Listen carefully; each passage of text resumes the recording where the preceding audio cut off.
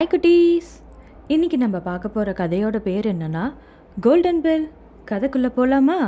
ஒரு கோழைத்தனமான திருடன் சர்ச்சோட கோல்டன் பெல்லை திருடிக்கிட்டு காட்டு பக்கமாக ஓடிட்டான். அப்போ அங்கே இருந்த ஒரு ஆந்தை கத்துனதும் அவன் பயந்து குதிச்சு பெல்லை விட்டுட்டு போயிட்டான்.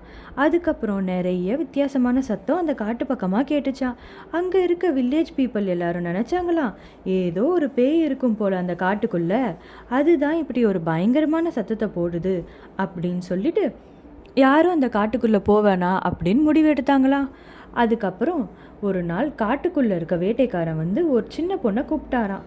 அப்போ அந்த பொண்ணு கேட்டுச்சா, நீங்கள் அந்த சத்தம் போடுற பேயை பார்த்தீங்களா அப்படின்னு.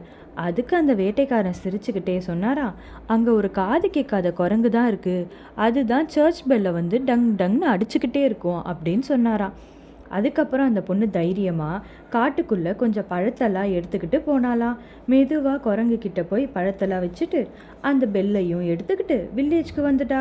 அப்புறம் சர்ச்சில் போய் அந்த பெல்லையும் கொடுத்துட்டு அதுக்கப்புறம் அந்த ஊரில் எந்த ஒரு சத்தமும் கேட்கறது இல்லையா, அழகான குயிலோட சத்தம் மட்டும்தான் இருந்துச்சா. இந்த மாதிரி கதைகளை நீங்கள் பார்க்கணுன்னா மறக்காமல் குட்டிமா கதைகளை லைக் அண்ட் சப்ஸ்கிரைப் பண்ணுங்கள்.